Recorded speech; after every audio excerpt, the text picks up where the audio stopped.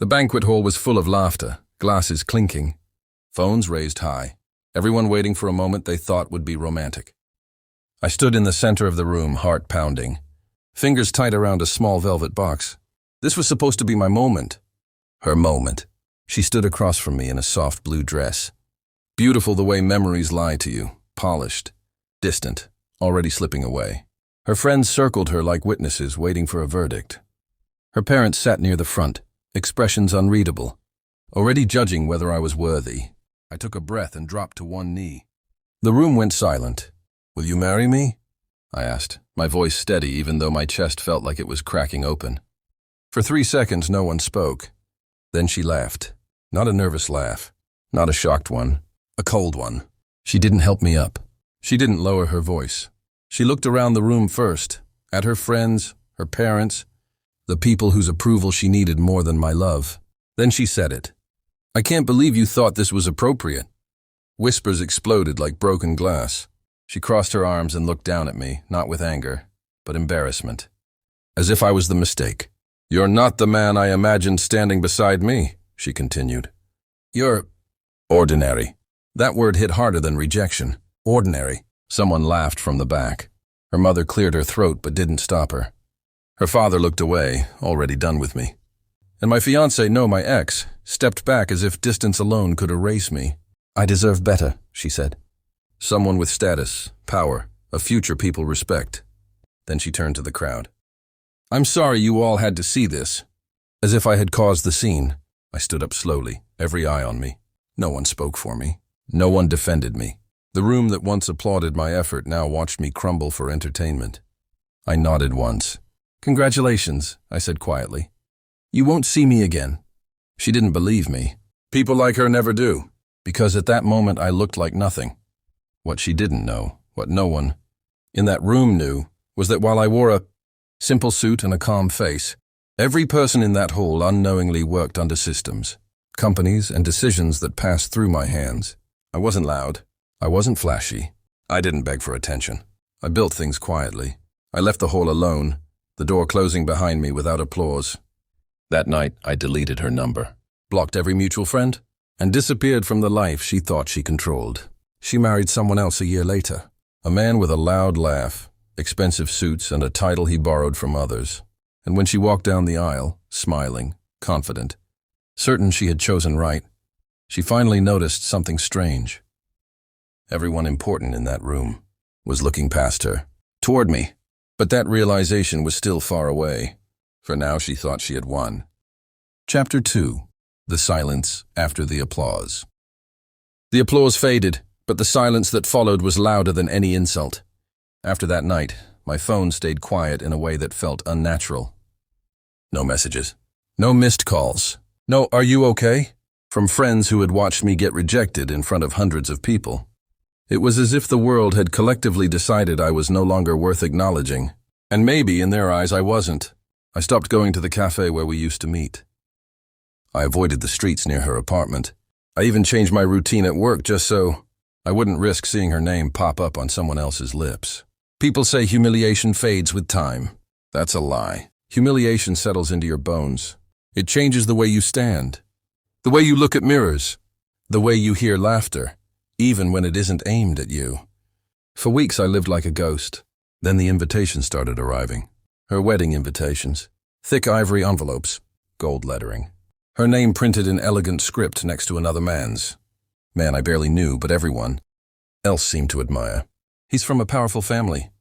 He's well connected. She finally chose someone on her level. That last line burned the deepest. On the night I received the invitation, I didn't tear it up. I didn't throw it away. I placed it carefully on my desk, right next to my laptop. And I stared at it. Because what no one knew, what she didn't know, was that while the world had been watching her rise socially, I had been building something quietly, silently, relentlessly. I had stopped chasing approval. Instead, I started chasing control. I worked longer hours. I took risks others were afraid of. I learned which rooms actually mattered and which applause was fake. I stopped trying to be seen and focused on becoming unavoidable. By the time her wedding date approached, my name was being spoken in meetings she would never enter. And the man she was marrying? He worked for one of my subsidiaries, But he didn't know that yet. The night before the wedding, I stood by my window, city lights flickering below like distant stars. I felt calm, too calm for someone about to attend the wedding of the woman who had once humiliated him. This wasn't revenge. This was inevitability. She had rejected me publicly. Tomorrow, she would realize what she had lost, just as publicly. Chapter 3. The day I walked away. The night after the public rejection, I didn't sleep. Not because I was crying, but because something inside me finally went quiet. I sat alone in my small apartment, the city lights flickering through the blinds like distant memories. Her words kept replaying in my head, not loud anymore, but sharp. I deserve someone bigger. I looked around the room. A simple desk, a laptop, stacks of unfinished plans. No luxury, no applause. Just potential, ignored, underestimated, unseen. And for the first time, I understood something clearly. She didn't reject me. She rejected the version of me she could understand. My phone buzzed nonstop that night. Messages from mutual friends. Some fake concern, some curiosity, some silent judgment. I didn't reply. By morning, I made a decision that would erase the man she thought she knew. I resigned from my job. Not because I failed, but because I had outgrown it. I liquidated what little savings I had and invested everything into a project I'd been quietly developing for years, an analytics system that no one had believed in, including her. Days turned into weeks, weeks into months. I vanished from her world completely. No social media, no explanations, no closure texts. Let them think I broke. In reality, I was rebuilding, brick by brick in silence. Late nights became my routine. Coffee-stained mornings. Meetings with people who finally listened. Investors who didn't laugh. Mentors who saw past appearances. There were moments I almost quit. Moments when loneliness hit harder than rejection ever did. But then I remembered her smile that day. Not cruel, just certain. And I promised myself something. The next time she saw me, certainty would belong to me. 1 year later, my name began appearing in rooms she'd never enter. 2 years later, people stood up when I walked in. And somewhere in that time, without realizing it, I stopped hating her. Because rejection had given me something love never did. Focus. She moved on quickly. Engaged to a man with status, money, connections. A safe choice. I heard about it from others. I didn't care. But destiny has a strange sense of timing. Because the invitation to her wedding arrived on my desk. Delivered by a man who worked for me. Chapter 4. The silence before the storm. There is a kind of silence that doesn't feel empty. It feels heavy. Like the air itself is holding its breath. After the public rejection, I disappeared. No messages. No explanations. No emotional posts. No late-night calls begging for closure. That silence drove her crazy. She expected anger. She expected me to chase her. She expected rumors, tears, or even revenge. Instead, I gave her nothing. I left the city quietly. No goodbye to mutual friends. No dramatic exit.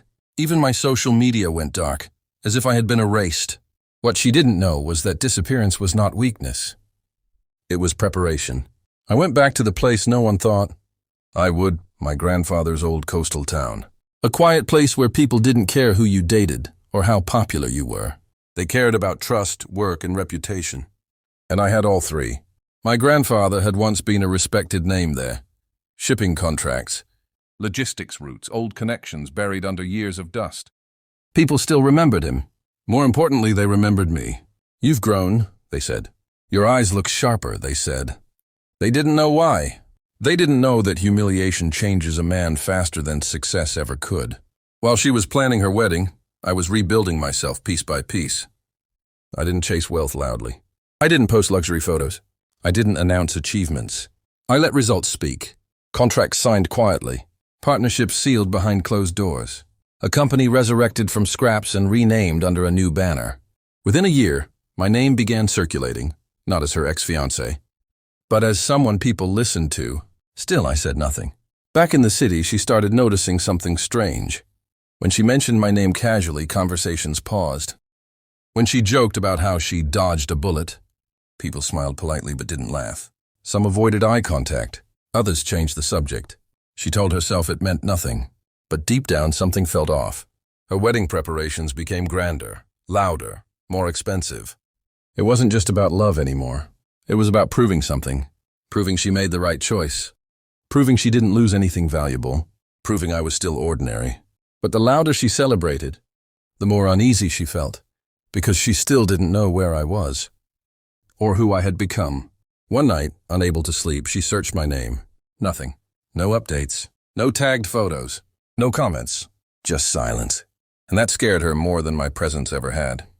The first crack appeared when her fiancé mentioned a new investor joining his company. A silent partner, he said. Very powerful. Nobody meets him directly. She smiled politely, but her heart skipped when she heard the words. Apparently everyone answers to him. A strange chill ran down her spine. She didn't know why. Yet. Chapter 5. The Day Power spoke without words. The wedding hall was filled with light, music, and forced smiles. Crystal chandeliers reflected off white marble floors. Roses lined the aisle, white for purity, red for passion. Everyone said it was a dream wedding, but dreams don't usually tremble with tension. I stood near the back, dressed simply. A tailored black suit, no flashy watch, no loud confidence, just stillness. People didn't recognize me yet. That was the beauty of it. Her name echoed through the hall as guests whispered, "She looks stunning. She really married up." That groom is from a powerful family, I heard. She stood at the altar, my ex-fiancée, wearing a gown that cost more than the apartment we once shared. Her smile was practiced, polished, empty. I remembered another day. A stage, a microphone. Her laughter as she rejected me in front of everyone. He's not ambitious enough. He doesn't belong in my future. The memory didn't hurt anymore. It felt distant, like watching a storm through glass. The ceremony began, but something shifted. Phones buzzed, one by one. Executives stiffened. Faces changed. The groom's father, once so confident, looked down at his screen and went pale. A man leaned toward him and whispered, urgently. Another guest stood up and quietly left. Then another. And another. The music continued, unaware, until the officiant paused. "Is everything all right?" The groom turned. His eyes scanned the room, confused, unsettled. Then he saw me. Our eyes met. Recognition struck like lightning. His face drained of color. Because he knew. Everyone who mattered knew. Every deal that built his family's empire. Every silent approval that kept their power intact. Answered to me. I hadn't spoken a word. And yet, the room had already chosen its center. The groom's father stepped down from his seat. Walked toward me, slow, careful. He bowed his head. Just slightly. Enough for everyone to notice. The hall went silent. My ex-fiancée turned. Her eyes found me. And in that moment, her smile shattered. She finally understood. I wasn't here for revenge. I was here because this world already belonged to me. Chapter 6. The moment she understood power. The wedding hall glittered with crystal lights and white roses. But beneath the beauty, tension pulsed like a second heartbeat. I stood quietly near the back. Dressed simply, no designer labels. No visible symbols of wealth. Just calm confidence. The kind that didn't need to announce itself. Her wedding was supposed to be perfect. She had rejected me publicly, laughed when I proposed, and walked away as if I were nothing more than an embarrassing memory. Today was meant to seal her victory. A powerful groom, influential guests, a life upgraded. But power has a strange way of revealing itself. As the ceremony preparations continued, something felt off. People kept approaching me. Not her fiancé, not her father, me. A city council member shook my hand with respect. A hotel chain owner leaned close, whispering, "We're still on for next week, sir." A politician nodded at me from across the room, visibly nervous. She noticed. At first, confusion crossed her face, then discomfort. She whispered to her fiancé, asking who I was. He shrugged, annoyed. He didn't know. That was his first mistake. Then came the turning point. The wedding coordinator rushed toward me, pale and panicked. "Sir, we need your approval to continue." The room went silent. Her fiancé laughed awkwardly. Approval. From him? The coordinator swallowed hard. The venue, the sponsors, the security contract. They're all under his company. Her smile froze. I stepped forward, voice calm, steady. "Relax," I said. "The wedding can continue." That's when she finally understood. I wasn't a guest. I was the foundation everything stood on. Her hands trembled. The memories hit her all at once. Every insult. Every rejection. Every time she chose status over loyalty. She had married up. But I had risen above. As I turned to leave, she called my name. For the first time, it sounded like regret.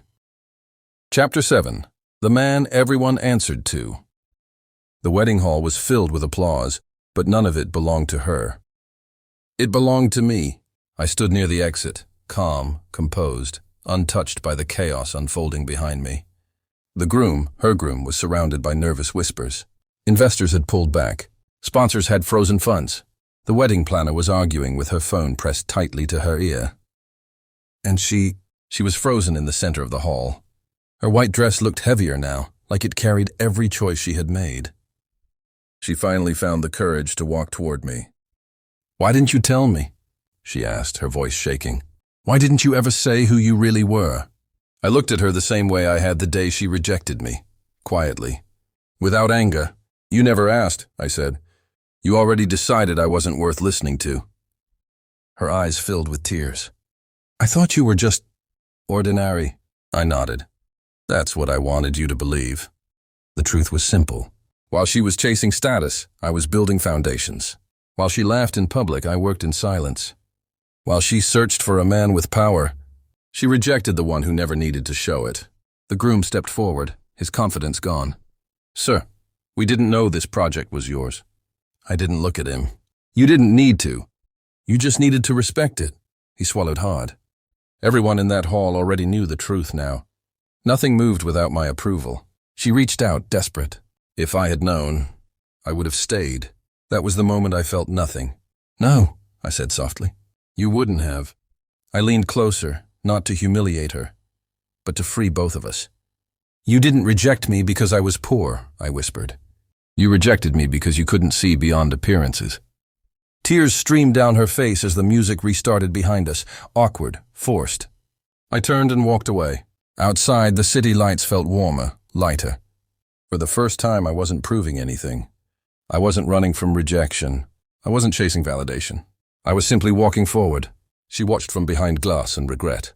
And for the rest of her life, she would remember this day not as her wedding, but as the day she realized the man she rejected was the one everyone answered to.